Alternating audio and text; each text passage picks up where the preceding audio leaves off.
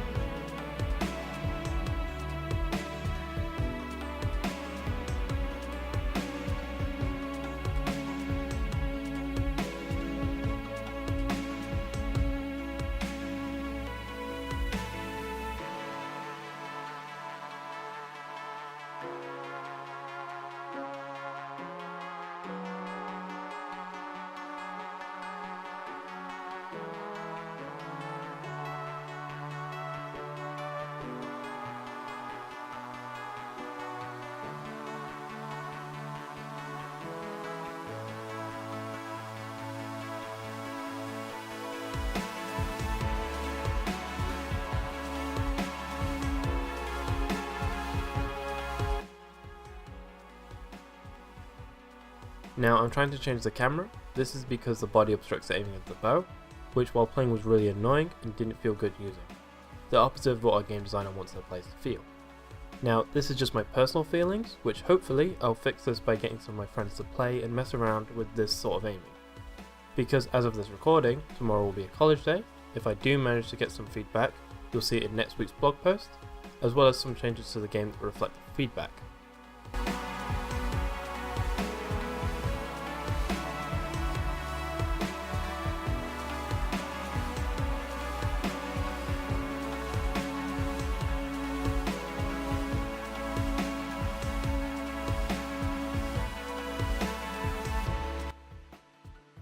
At the moment, I'm trying a shoulder view, as that allows the center of the screen to be away from the body. It slightly works, but still doesn't feel good aiming, so I'll stop the rotation after some testing. I did like the feel of the camera though, so I'll try and sort that till the positioning of it feels really good, again with hopefully some feedback.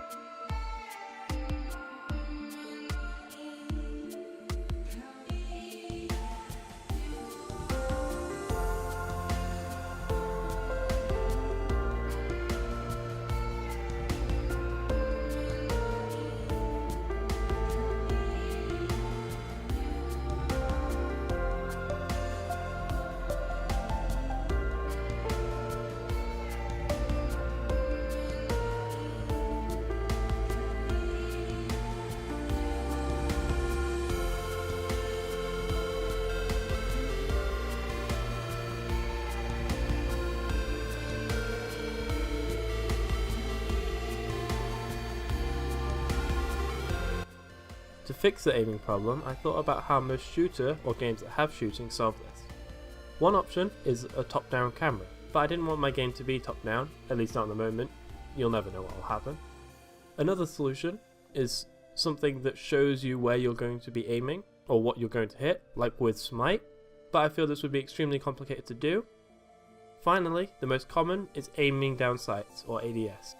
Now, I don't have sights, but I can switch into a first person view, like with Skyrim for example, and I knew how to do this, so it's the solution I use, but I would love to try the others if I ever get the chance. I realised I could switch aiming methods when I found out that you could turn off or on the setting of the spring arm through the blueprints. Now this section is just me testing how the arrows feel and fixing any bugs.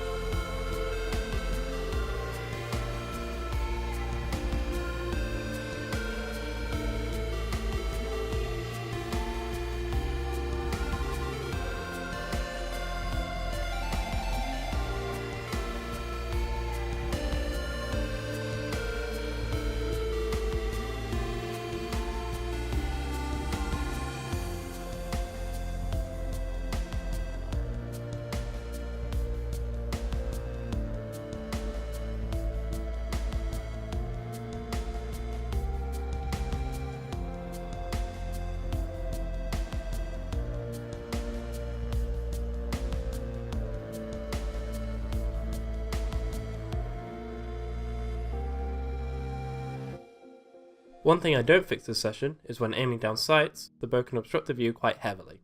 The reason I don't fix it is because it works fine for the most part, but I will come back to this when I add more or improve the combat in the future.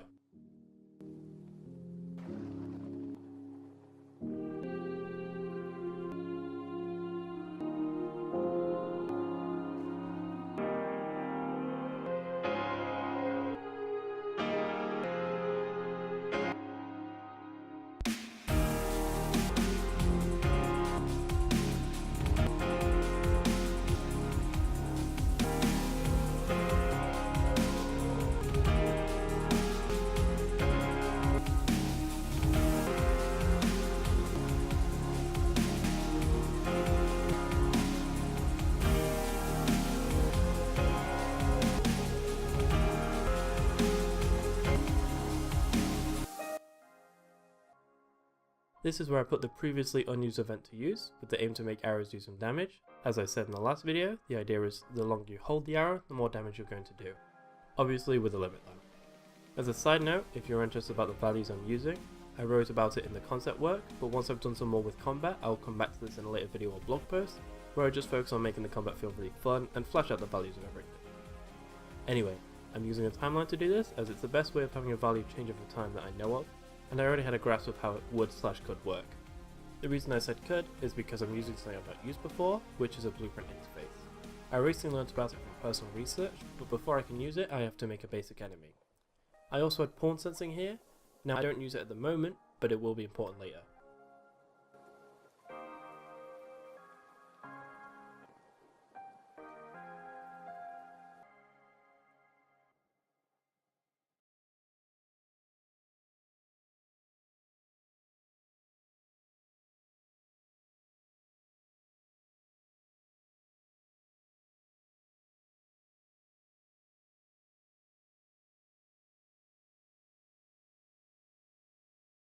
Now from what I know, I can use an interface in any blueprint, or at least send a message to it.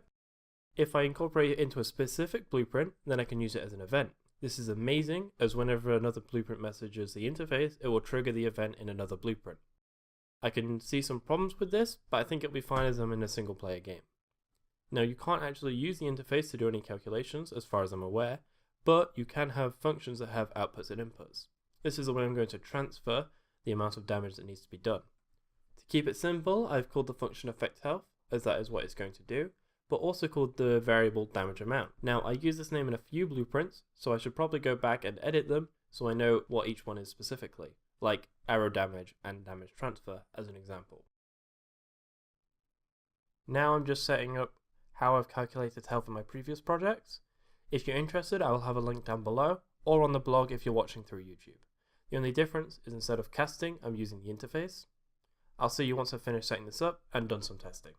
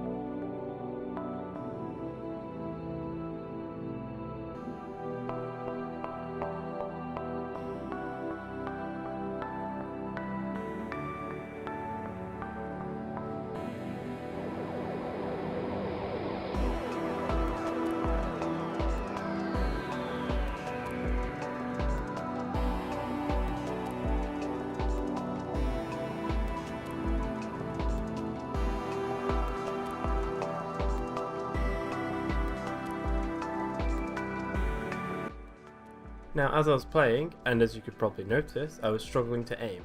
So to fix this, I made a simple widget with a plus in the middle. It's the same way I've made all my other widgets, again link below for the blog, but I will make it look a bit better when I do some more on the HUD design.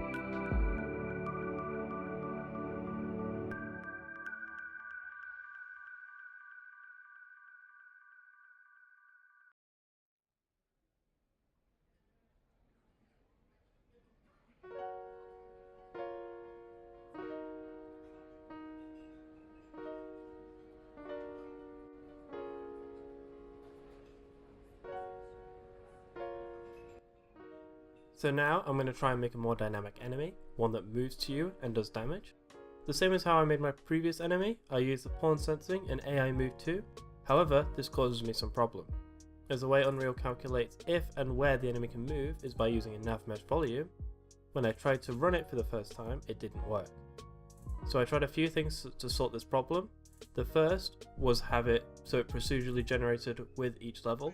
This still doesn't work and it caused a lot of lag. Next, I tried to make it spawn more dynamically, which means it's constantly checking and updating the volume.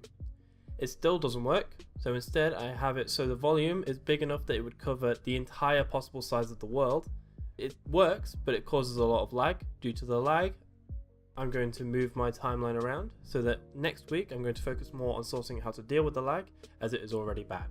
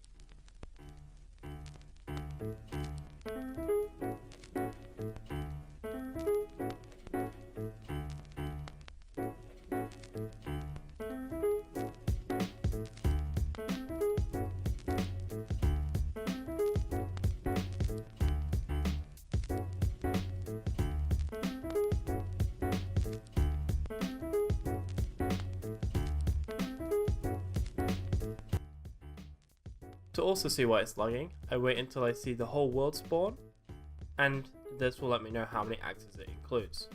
As you will see, it is a lot. This will be even worse when I add things like the trees, and that will eventually add more actors. This means I'll have either to make the world a lot smaller, easy enough to do, or find out a way to optimize it. I'm going to start by trying to optimize it with something like view distance next week. After I mess around and figure out how it works, I'll decide whether it's worth the time and effort, or if I just need to make the world a lot smaller.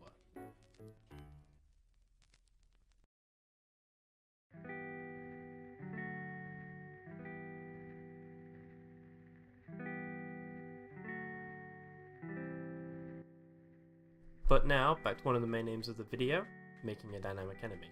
Now I'm setting up so the enemy has a melee attack, or in this case a hitbox in front of it. I did the exact same thing as I did setting up for the damaging the enemy, but this time with the player in mind. One problem you'll notice is sometimes it will trigger on the bow and ignore the player. This is a problem, but apart from that it worked as intended. So I'll revisit this one when I come back to combat.